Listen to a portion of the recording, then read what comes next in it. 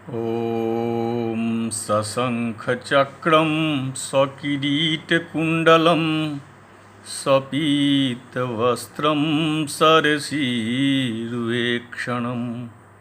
सहारवक्षस्थलकौस्तुभं श्रियं नमामि विष्णुं शिरसा चतुर्भुजम्।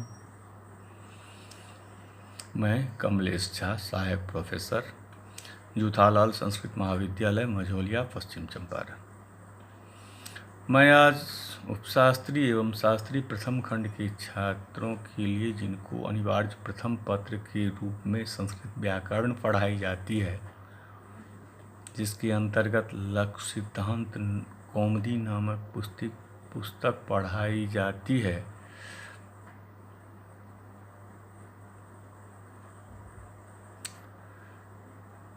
जिसका वर्तमान में समास प्रकरण चल रहा है। समास में तत्पुरुष समास के अंतर्गत पंचमी भयेन इस सूत्र से पढ़ाने जा रहा हूँ। पंचमी भयेन चोराद भयम चोर भयम। पंचमी भयेन चोराद भयम, उदाहरण है चोराद भयम चोर भयम। पंचमी भयेन पंचमी प्रथमांतम भयेन तृतीयांतम द्विपदम इदम सूत्रम। पंचमी प्रथमांतम भयेन तृतीयांतम द्विपदम इदम सूत्रम। इस सूत्र में भी समासः, तत्पुरुषः, ससुपा, विभाषा इत्यादि पदों की अनुवृत्ति है या अधिकार विद्यमान है। पंचम्यंत शब्द का भयवाचक समर्थ सुबंत के साथ विकल्प से समास होता है। पंचम्यंत शब्द का भयवाचक समर्थ सुबंत के साथ विकल्प से समास होता है। इसमें प्रथमांत पद पंचमी है, अतः उसके द्वारा निर्दिष्ट पद की उपसर्जन संज्ञा होती है। उदाहरण है चोर भयम, अर्थात चोर से डर। चोराद भयम इस लौकिक विग्रह, यह उसका लौकिक विग्रह है। चोराद भयम चोर भयम यह लौकिक विग्रह है। और चोर ngसी जोड़ भयसु इस अलौकिक विग्रह में पंचमी भयन से समास हुआ। यहाँ पर पंचम्यंत पद है चोर जोड़ ngसी और समर्थ भयवाचक शब्द है भय जोड़ सु। समास के बाद चोर ngसी जोड़ भयसु की प्रातिपदिक संज्ञा हुई। सुपो धातु प्रातिपदिकयों से ngसी और सु, इन दो सुप्रत्ययों का लुक हुआ, चोर भय बना। प्रथमा निर्दिष्टम समास उपसर्जनम से चोर की उपसर्जन संज्ञा और पूर्व प्रयोग कर चोर भय बना। और सुविभक्त आई और नपुंसक लिंग होने के कारण ज्ञान शब्द की तरह सु के स्थान पर अम आदेश और पूर्व रूप होकर चोर भयम ऐसा रूप सिद्ध हो गया। भाष्यकार ने पंचमी भयन का योग विभाग करके पंचम्यंत का किसी भी सुबंत के साथ समास कहा है। अतः वृकाद वृक भी भेड़ियों से भय, भयाद भीतो भय भीतः भय से डरा हुआ, सिंहाद भीति सिंह भीति शेर से डर आदि जगहों पर भी इस प्रकार ही समास करें। अब अगला सूत्र है स्तोकांतिक दूरार्थ कृच्छाणिक्तेन। स्तोकांतिक दूरार्थ कृच्छाणिक्तेन, यह पंचमी तत्पुरुष समास विधायक विधि सूत्र है। स्तोकंच अंतिकंच दूरंच तेषाम इतरेतर द्वंद्व। स्तोकान्तिक दूरानि तेषाम् अर्थाः स्तोकान्तिक दूरार्थाः स्तोकान्तिक दूरार्थाश्च कृच्छ्रञ्च तेषाम् इतरेत्वर द्वन्द्वः स्तोकान्तिक दूरार्थ कृच्छ्राणिः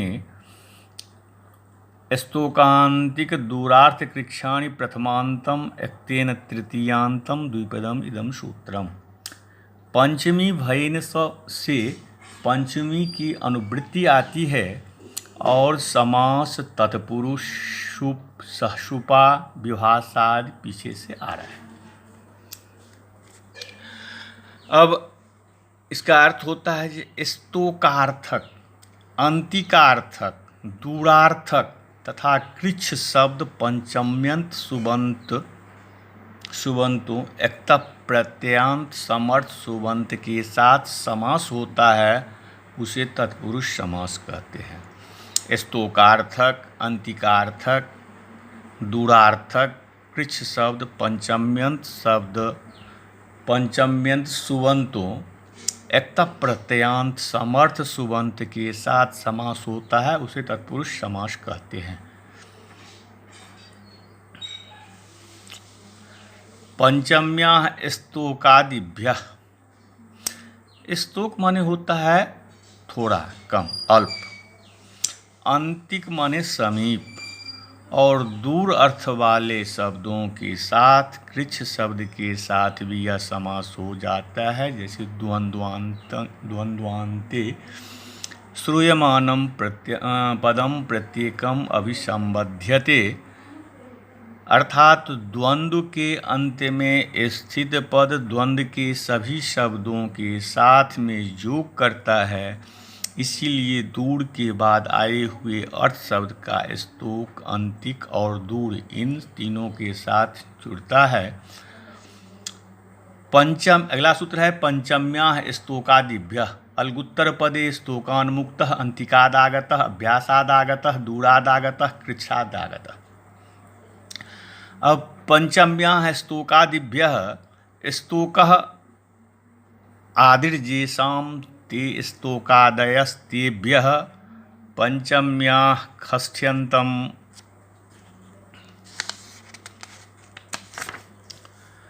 स्तोकादिभ्यः पंचम्यन्तं द्विपदम् इदं सूत्रम्।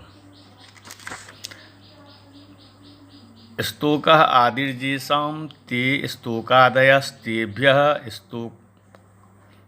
स्तोकादिभ्यः पंचम्याः षष्ठ्यन्तं स्तोकादिभ्यः पंचम्यन्तं द्विपदम् इदं सूत्रम्।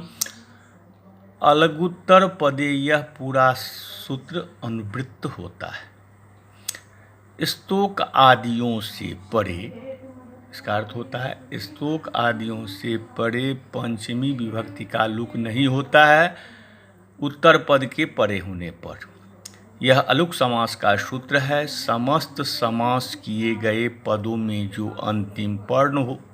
अंतिम पद होता है उसे उत्तर पद का वही उत्तर पद कहलाता है, उसे उत्तर पद कहते हैं। विभक्ति के लुक न होने से समस्त पद और समस्त पद के रूपों में तो अंतर नहीं दिखता, तो भी उदात्त और आदि स्वर का अंतर रहता ही है, इसीलिए समास किया जाता है। समास का अंत स्वर उदात्त होता है। अब स्तोकान्मुक्त है जो उदाहरण है, थोड़े से मुक्त हुआ। स्तोक माने थोड़ा होता है, अल्प। थोड़े से छूटा, स्तोकात् मुक्त। लौकिक विग्रह और स्तोकङसि मुक्त सु। इस अलौकिक विग्रह में स्तोकांतिक दूरार्थ कृच्छ्राणितेन से स्तोकार्थक के साथ अक्तांत प्रकृतिक सुबंत के साथ समास हुआ। पंचमी इस अनुवर्तित प्रथमांत पद में निर्दिष्ट शब्द स्तोकङसि की ही उपसर्जन संज्ञा और उसी का पूर्व निपात करके स्तोकङसि मुक्त सु हुआ। अब उसको कृत तद्धित समासाश्च से प्रातिपदिक संज्ञा करके सुपो धातु प्रातिपदिकयों से सु का लुक हुआ और ngसि इस पंचमी विभक्ति का लुक प्राप्त था, तो पंचम्य स्तोकादिभ्य से निषेध हुआ। अतः ngसि के स्थान पर टा ngसि ngसामि नास्या से आत आदेश होकर स्तोकात जोड़ मुक्त बना। तकार के स्थान पर यरो अनुनासिके अनुनासिको बा से अनुनासिक आदेश होकर स्तोकान मुक्त बना। इससे सुविसर्ग सु का उकार का इत संज्ञा, हलंत्यम से इत संज्ञा, तस्य लोपस उसका लोप,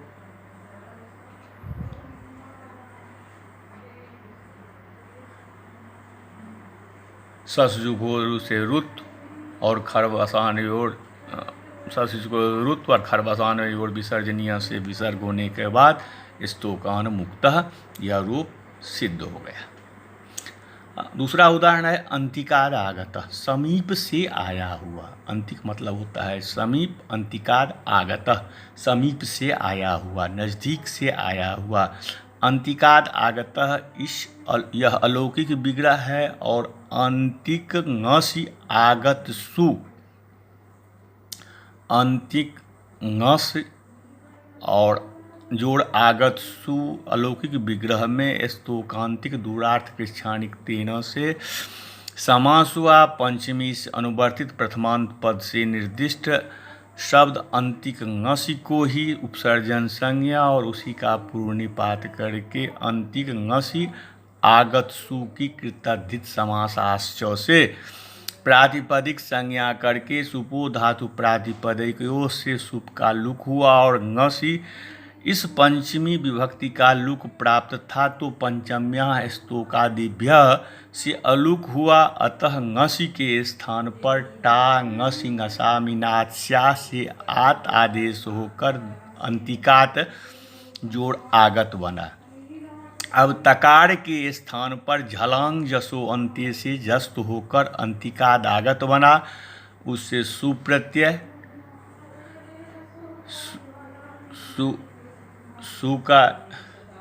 सु के उकार का हलंत्यम से संज्ञा किए, तस्य लोप से उसका लोप कर दिए, तो अंतिक स बना। और ससजुखो रूह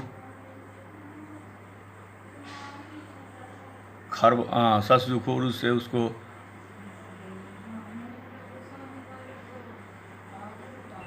स को रखिए और खरवसानी और विसर्जनीय से विसर्ग हो गया, तो अंतिकाद अभ्यासाद आगत ऐसा रूप सिद्ध हो गया। अंतिकाद आगत रूप सिद्ध हो गया।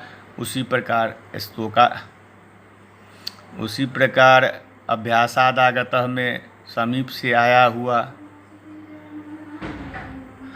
अभ्यासात आगत लौकिक विग्रह और अभ्यास जोड़ ngसि जोड़ आगत सु इस अलौकिक विग्रह में स्तोकांतिक दूरार्थिक क्षाणिक तेन सु से समास हुआ। पंचमी भय के अनुवर्तित प्रथमांत पद से निर्दिष्ट शब्द अभ्यास ngसि को ही उपसर्जन संज्ञा और उसी का पूर्व निपात करके अभ्यास ngसि आगत सु की कृतद्धित समासाश्च से प्रातिपदिक संज्ञा करके सुपो धातु प्रातिपदिकयों से सु का लुक हुआ और ngसि इस पंचमी विभक्ति का लुक प्राप्त था, तो पंचम्या स्तोकादिभ्य से अलुक हुआ। अतः ngसि के स्थान पर टा ngसि ngसामि नास्या से आत आदेश होकर अभ्यासात आगत बना। तकार के स्थान पर धलांग जशोवंती से जस्त होकर अभ्यासाद आगत बना। उसमें सु पुनः उस सु को हलंत्यम से इत संज्ञा, तस्य लोपा से उसका लोप, तो अभ्यासाद आगत स हुआ। स को खरवसानी और विसर्जनीय से सकार को रुत कर दिए। रुत करने के बाद पुनः ससजुघोरु से रुत किए, खरवसान और विसर्जनीय से विसर्ग कर दिए, तो अभ्यासाद आगत ऐसा रूप सिद्ध हो गया।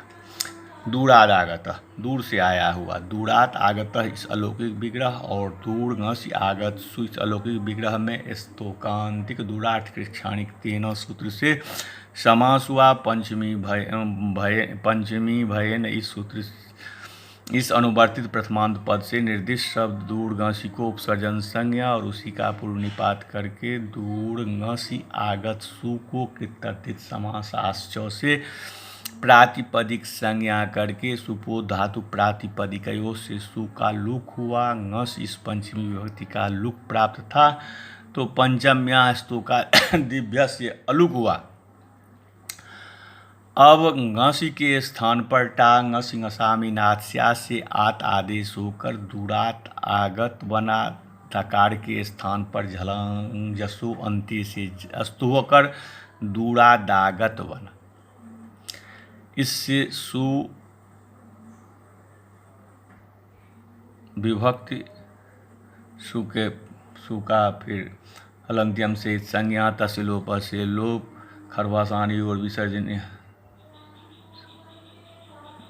ससजु खोड़ू से स्वकार र और खरवासान विसर्जनीय से र का विसर्ग करके दूरादागत ऐसा रूप सिद्ध हो गया। अब कृच्छादागत कष्ट से आया हुआ, कृच्छात आगत यह लौकिक विग्रह हुआ। कृच्छ घसी आगत सु इस अलौकिक विग्रह में स्तोकांतिक दूरार्थ क्षणिक तेन से समास हुआ।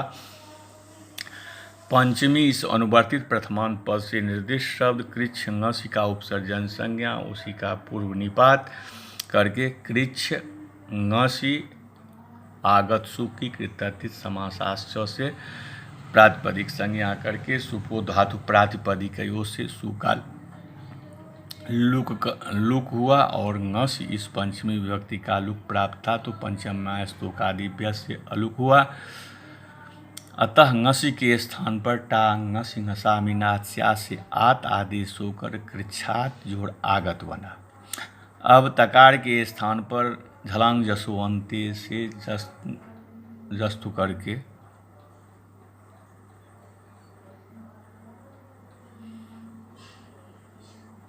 कृच्छादागत बना। उसे सु फिर पुनः सुप्रत्यय सु का रूप विसर्ग करके कृच्छादागत यह रूप सिद्ध हो गया। अब अगला सूत्र है षष्ठी। षष्ठी सुबंतेन प्रागवत राजपुरुष।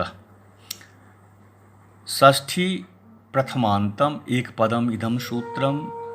इस सूत्र में भी समास तत्पुरुष सुप ससुपा विभाषा इत्यादि पदों की अनुवृत्ति और अधिकार है। इसका अर्थ होता है सुबंतेन प्रागवत, षष्ठ्यंत का समर्थ सुबंत के साथ विकल्प से समास होता है। षष्ठ्यंत का समर्थ सुबंत के साथ विकल्प से समास होता है। यह सूत्र षष्ठ्यंत के साथ किसी शब्द विशेष की अपेक्षा नहीं करता, अतः किसी भी शब्द के साथ समास करता है। षष्ठी शब्द में ही प्रथमा है, षष्ठी शब्द में ही प्रथमा है और उसके द्वारा निर्दिष्ट शब्द की उपसर्जन संज्ञा होगी। उदाहरण है राजपुरुष, राजा का आदमी, सेवक अर्थात सेवक। राजपुरुष राज्ञः पुरुषः, राजपुरुषः लौकिक विग्रह अर्थात राजन ngस पुरुष अलौकिक विग्रह में षष्ठी समास हुआ। यहाँ पर षष्ठ्यंत पद है राजन ngस और समर्थ सुबंत है पुरुषु। समास के बाद राजन ngस पुरुषु इति प्रातिपदिक संज्ञा हुई। सुपोद्घात प्रातिपदिकों से ngस और सु इन दो सुप्रत्ययों का लुक हुआ। राजन पुरुष बना, राजन जोर पुरुष बना। तब राजन ngस में षष्ठी थी, उसका लोप हो गया। प्रत्यय लक्षण से विभक्तित्व लाकर पद संज्ञा करके राजन को पद मान लिया जाता है।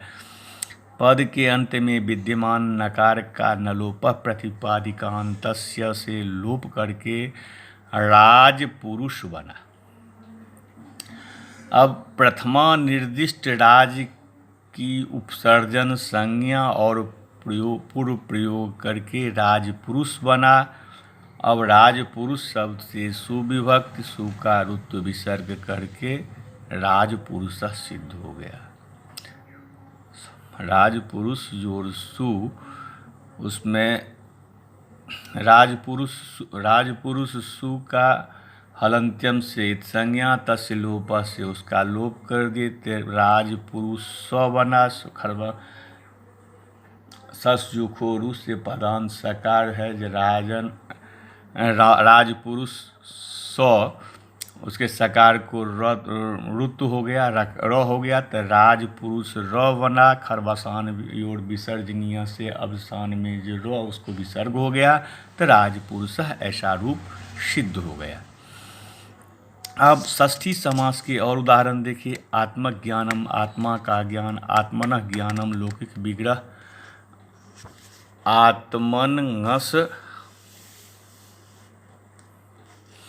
ज्ञान, नस ज्ञानसु अलौकिक विग्रह में षष्ठी से समास हुआ। यहाँ पर षष्ठ्यंत पद है आत्मनस और समर्थ सुबंत है ज्ञानसु। समास के बाद आत्मनस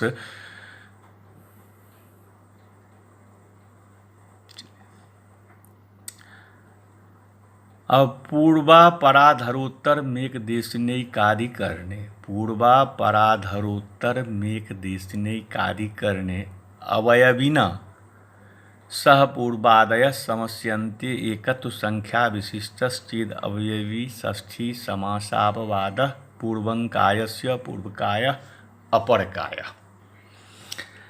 एकाधिकरणे किम पूर्वच्छात्राणाम।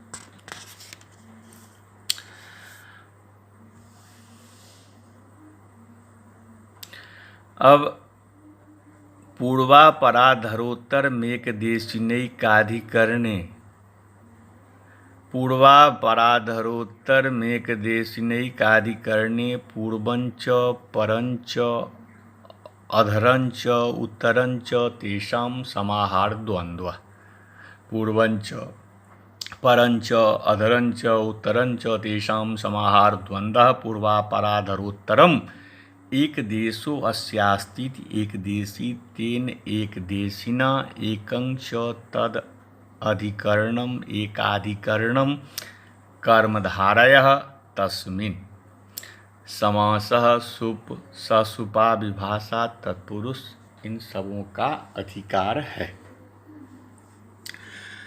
यदि अवयवी एकत्व संख्या से युक्त हो तो तदवाचक सुबंत के साथ पूर्व अपर अधर उत्तर इन सुबंत समर्थ शब्दों का विकल्प से समास होता है और वह समास तत्पुरुष संज्ञक होता है।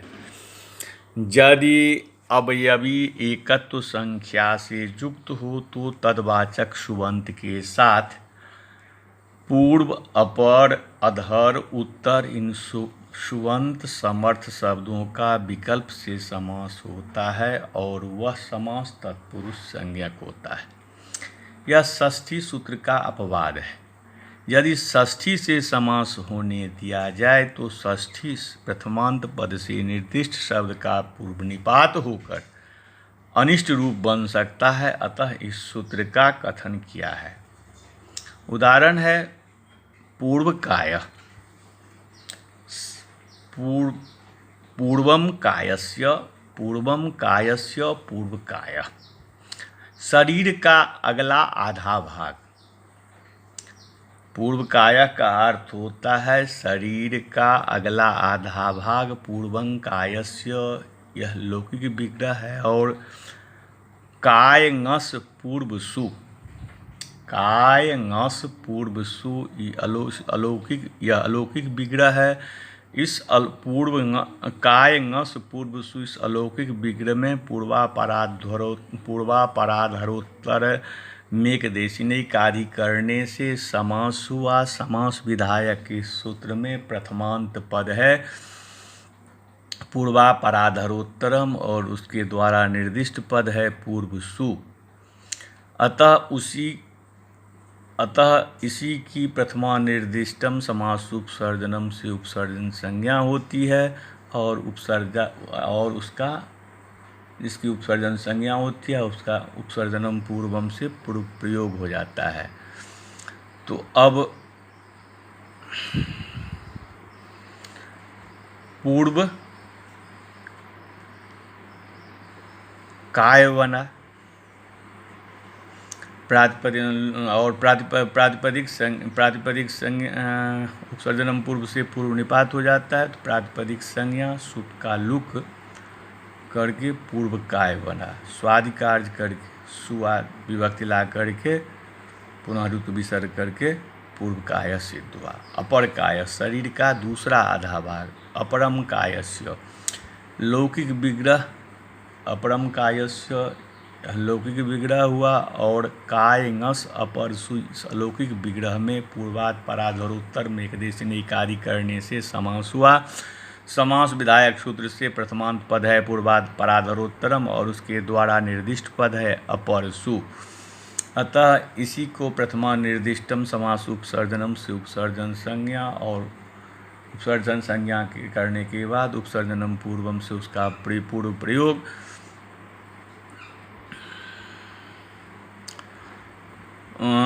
पूर्व निपात हो जाता है। प्रातिपदिक संज्ञा सुप का लुक करके अपर काय बना, अपर काय स्वादिकार अपर काय बना और स्वादिकार करके अपर काय सिद्ध हो गया।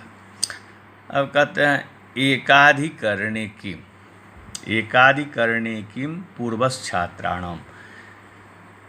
इस समास विधायक सूत्र में पूर्वा पराधरोत्तर में एक देशीय एकाधिकरणे में एकत्व संख्या से युक्त कहना आवश्यक है, जिससे एकत्व संख्या वाले अवयवी के साथ तो समास होगा किंतु बहुत संख्या वाले अवयवी के साथ नहीं।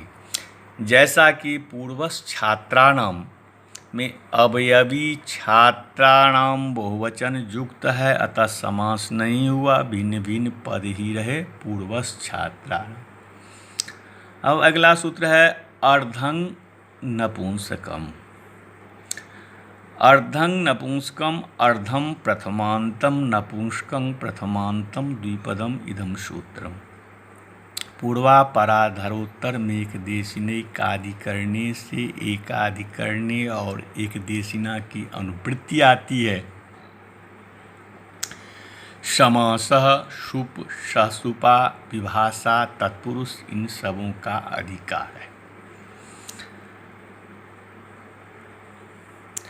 अब इसका अर्थ होता है समांश वाच्य अर्ध शब्दों नित्यं क्लीवे स प्रागवत। सम अंश आधा, ठीक आधा भाग, बराबर का आधा भाग का वाचक अर्ध शब्द नपुंसक है। नित्य नपुंसक यह अर्ध शब्द का एकात्व संख्या से युक्त अवयवी सुबंत शब्दों के साथ विकल्प से नित्य समास होता है और वह समास तत्पुरुष संज्ञक होता है। उदाहरण है अर्धम, अर्धम पिपलिया, अर्ध पिपली। अर्ध शब्द जब अंश भाग आदि का वाचक रहता है तो वह पुल्लिंग, नपुंसकलिंग और स्त्रीलिंग में प्राप्त होता है, किंतु जब समांश अर्थात ठीक आधे भाग अर्थ में प्रयुक्त होता है तो नित्य नपुंसक लिंग वाला होता है। इस सूत्र से इस नित्य नपुंसक अर्धं सुबंतम का एकत्व संख्या विशिष्ट अवयवी सुबंत के साथ विकल्प से तत्पुरुष समास होता है। अब उदाहरण अर्ध पिपली, पिपली का आधा भाग। अर्धम पिपलिया लौकिक विग्रह हुआ और पिपली ngस अर्धसु या अलौकिक विग्रह है, तो अलौकिक विग्रह में ही समास होता है। पिपली ngस इस एकत्व संख्या विशिष्ट अवयवी सुबंत के साथ अर्धसु का अर्धम नपुंसक से समास हुआ। समास विधायक इस सूत्र से प्रथमांत पद है अर्धम और उसके द्वारा निर्दिष्ट पद है अर्धसु। इसी की प्रथमा निर्दिष्टम समास उपसर्जनम से उपसर्जन संज्ञा होती है और उसका उपसर्जनम पूर्वम से पूर्व निपात हो जाता है। प्रातिपदिक संज्ञा सुप का लूप करके अर्धपिपली बना। सुप प्रत्यय और उसका हलंग आदि लोप करके अर्धपिपली सिद्ध हुआ। इस तरह आसनस्यार्धम आसनार्धम, शरीरस्यार्धम शरीरार्धम, पनस्यार्धम पनार्धम आदि अनेक उदाहरण हैं। अब अगला सूत्र है सप्तमी सौंडेह। सप्तमी सौंडेह सप्तम्यंतम सौंडादिवे प्रागवत अक्षेषु सौंडः अक्षसौंडः इत्यादि। द्वितीया तृतीय इत्यादि जोग विभागाद अन्यत्रापि तृतीया विभक्तीनां प्रयोगवशात् समासो ज्ञेयः।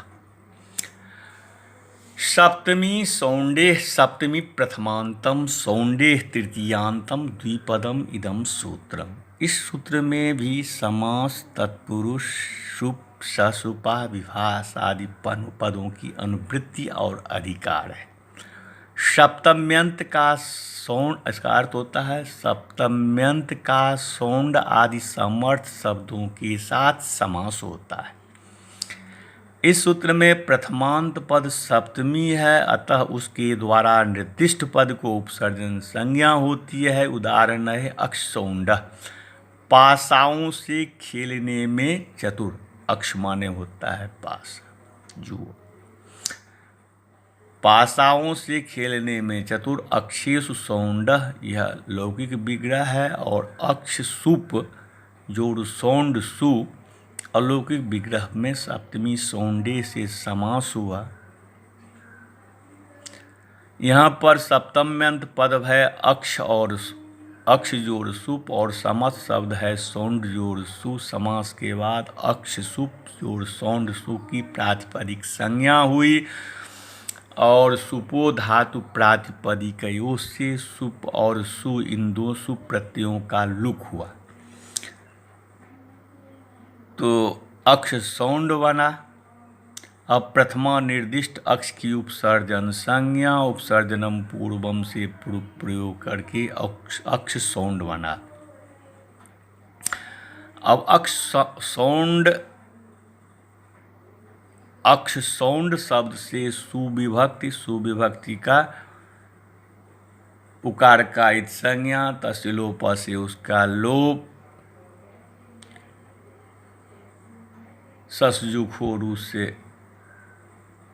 पदांत सकार को रुत्व, और खरवासान और विसर्जनीय से विसर्ग, रुत्व विसर्ग करके अक्षसौंड रूप सिद्ध हो गया। अब सप्तमी समास के अन्य उदाहरण है काव्य निपुण, काव्य शास्त्रे में निपुण, काव्य निपुण, काव्य निपुण, काव्य निपुण। लौकिक विग्रह और काव्य निपुण जोड़ सु अलौकिक विग्रह में सप्तमी सौंडे से समास हुआ। यहाँ पर सप्तम्यंत पद है काव्यंगी, और समर्थ सौंडादि शब्द है निपुण जोड़ निपुण सु।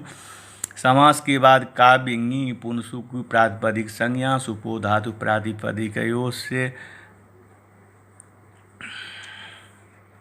नी और सु इन दोनों सु प्रत्ययों का लुक काव्य निपुण बना। प्रथमा निर्दिष्ट काव्य की उपसर्जन संज्ञा और उसका पूर्व प्रयोग करके काव्य निपुण बना। सुविभक्ति आई, उसको रुत्व विसर्ग करके काव्य निपुण सिद्ध हो गया। समास विधायक सूत्रों में जोग विभाग की कल्पना आगे है, जो द्वितीया तृतीय इत्यादि जोग विभागाद अन्यत्रापि तृतीयादि विभक्तीनां प्रयोगवशात् समासो ज्ञेयः। अर्थात समास विधायक सूत्रों में जोग विभाषा की कल्पना शिष्टों के द्वारा प्रयोग किए गए ऐसे बहुत कुछ तत्पुरुष समास के प्रयोग मिलते हैं, जिनका समास द्वितीया श्रितातीत पतित गतात्यस्त प्राप्तापन्ने तृतीया तत्कृतार्थेन गुणवचनेन चतुर्थी तदर्थार्थ बलित सुखरक्षित पंचमी भयेन सप्तमी सौंदेह इन सूत्रों से संभव नहीं हो सकता, क्योंकि इन सूत्रों में श्रित बलि भय आदि शब्दों के साथ ही समास का विधान किया गया है। अतः वहाँ भी सूत्रों का विभाजन करके उन विविध प्रयोगों की सिद्धि की गई है। सूत्रों में पदों के विभाजन को जोग विभाग कहते हैं। जैसे द्वितीया श्रितातीत पतित गतात्यस्त प्राप्तापन्नेह में सूत्र द्वितीयांत का श्रित अतीत पतित गत अत्यस्त और प्राप्त और आपन्न शब्दों के साथ ही समास करता है। शेष समर्थ शब्दों के साथ तो समास नहीं हो पाएगा। इसीलिए सूत्र का जो विभाग करके दो सूत्र बनाते हैं। प्रथम सूत्र द्वितीया और द्वितीय सूत्र है श्रितातीत पतित गतात्यस्त प्राप्तापन्नेह हो जाता है। प्रथम सूत्र द्वितीया में समासः तत्पुरुषः सुप ससुपा विभाषा इत्यादि पदों की अनुवृत्ति और अधिकार आ जाएंगे। इस प्रकार से द्वितीया इस सूत्र का अर्थ बनता है द्वितीयांत का समर्थ सुबंत के साथ समास हो जाए। यहाँ पर द्वितीयांत के समास करने के लिए किसी शब्द विशेष की अपेक्षा नहीं रहती है, अतः अनेक जगहों पर समास हो जाएगा। यही प्रक्रिया तृतीया तत्कृतार्थेन गुणवचनेन चतुर्थी तदर्थार्थ बलहित सुखरक्षित पंचमी भयेन सप्तमी सौंडे इन सूत्रों में भी अपनाई जाएगी। और योग विभाग वाले सूत्रों का स्वरूप होगा तृतीया चतुर्थी पंचमी और सप्तमी, जिससे शब्द विशेष की अपेक्षा न होने के कारण अनेक जगहों पर समास की प्रक्रिया हो जाएगी। योग विभाग करके समास किए गए कुछ प्रयोगों का दिग्दर्शन मात्र करते हैं। वेदम विद्वान लौकिक विग्रह और वेद विद्वत्सु अलौकिक विग्रह में द्वितीया से समास करके विद्वान बनता है, वेद को जानने वाला। इसी प्रकार मदेन अंधा लौकिक विग्रह और मदटा अंधुष्य अलौकिक विग्रह में तृतीया से समास करके मदांधा बनता है। ऐसे ही धर्माय नियमः लौकिक विग्रह और धर्म नियम सु अलौकिक विग्रह में चतुर्थी से समास करके धर्म नियमः बनता है, धर्म के लिए नियम। द्विजाद इतरः लौकिक विग्रह और द्विजंगसी इतर सु अलौकिक विग्रह में पंचमी से समास करके द्विजेतरः बनता है। ब्राह्मण से अलग इस तरह भुवने विदिता लौकिक विग्रह और भुवन विदित सु अलौकिक विग्रह में सप्तमी से समास करके भुवन विदिता बनता है, अर्थात संसार में प्रसिद्ध। अब अगला सूत्र है दिक् संख्ये संज्ञायाम। दिक् च संख्या च दिक् संख्ये संज्ञायाम एवेति नियमार्थम सूत्रम पूर्वेषु कामसमी सप्तर्षयः तेनेन उत्तरा वृक्षा पंच ब्राह्मणा। अब दिक् संख्ये संज्ञायाम दिक् च संख्या च तयोः इतरेतर द्वंद्वो दिक् संख्ये प्रथमांतम संज्ञायाम सप्तम्यंतम द्विपदम इदम सूत्रम पूर्वकाले के सर्वजरत पुराण नवकेवलाः से समानाधिकरणेन की अनुवृत्ति और समास सुप ससुपा तत्पुरुष इन पदों की अनुवृत्ति और अधिकार है। अब संज्ञायाम एवेति नियमार्थम सूत्रम, इसका अर्थ होता है दिशावाची और संख्यावाची सुबंत का दिशावाची और संख्यावाची सुबंत का समानाधिकरण सुबंत के साथ समास होता है संज्ञा अर्थ गम्यमान होने पर, और वह तत्पुरुष समास कहलाता है। यह नियमार्थ सूत्र है। नियम कैसे? संज्ञा और असंज्ञा दोनों में अग्रिम सूत्र विशेषणम विशेष्येन बहुलम से समानाधिकरण में समास होता है, उससे सप्तर्षयः आदि में भी समास सिद्ध हो सकता है। तो इस सूत्र की क्या आवश्यकता है? उत्तर यह है कि सिद्धे सत्यारभ्यमाणो विधिर्नियमाय भवति। सिद्धे सत्यारभ्यमानो विधिर्नियमाय भवत, सिद्ध होने पर भी उसी कार्य के लिए पुनः किसी सूत्र से विधान करना नियम के लिए होता है। यहाँ पर भी दिक् संख्ये संज्ञायाम सूत्र नियमार्थ ही है। नियम इस तरह का होगा, दिशा और संख्यावाचक सुबंत का यदि समानाधिकरण के साथ समास हो तो केवल संज्ञा में ही हो, अन्यत्र नहीं। अब दिशावाची शब्द के साथ संज्ञा का उदाहरण पूर्वेषु कामसमी। पूर्वेषु कामसमी नामक प्राचीन एक गांव, पूर्वाचासो ईसु कामसमी लौकिक विग्रह और पूर्वासु ईसु कामसमीसु अलौकिक विग्रह है। दोनों में समान विभक्ति है, अतः समानाधिकरण है। पूर्वा यह दिशावाचक शब्द है। समास होने के बाद एक गांव के वाचक होने के कारण संज्ञा अर्थ भी है, अतः दिक् संख्ये संज्ञायाम से समास हुआ। समास विधायक सूत्र में प्रथमांत पद है दिक् संख्य और उसके द्वारा निर्दिष्ट पद है पूर्वासु, उसकी उपसर्जन संज्ञा हुई। उपसर्जन संज्ञा के बाद उसका उपसर्जनम पूर्वम से पूर्व निपात करके प्रातिपदिक संज्ञा शुप का लुक करके पूर्वा ईसु कामसमी बना। अब गुण होकर पूर्वेषु कामसमी बना। सु इसका हलंग्य आदि लोप करके पूर्वेषु कामसमी सिद्ध हुआ। यह भी एक संज्ञा है। अब दूसरा उदाहरण है सप्तर्षय, 7 ऋषियों की संज्ञा। सप्त च ते ऋषयः,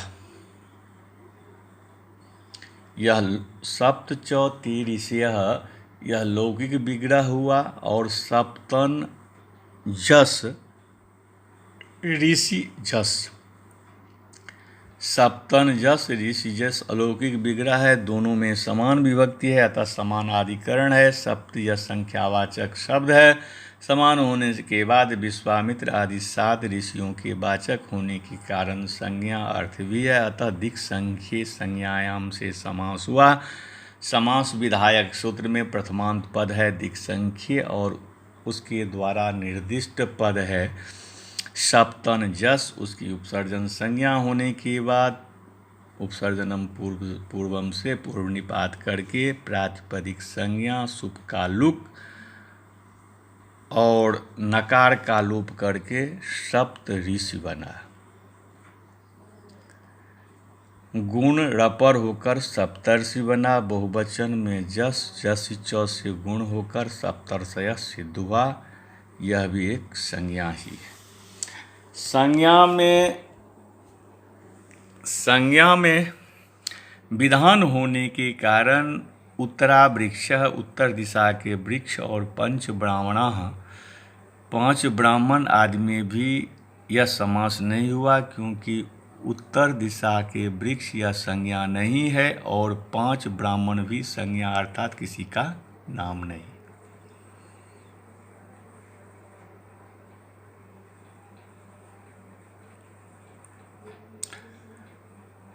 इस प्रकार से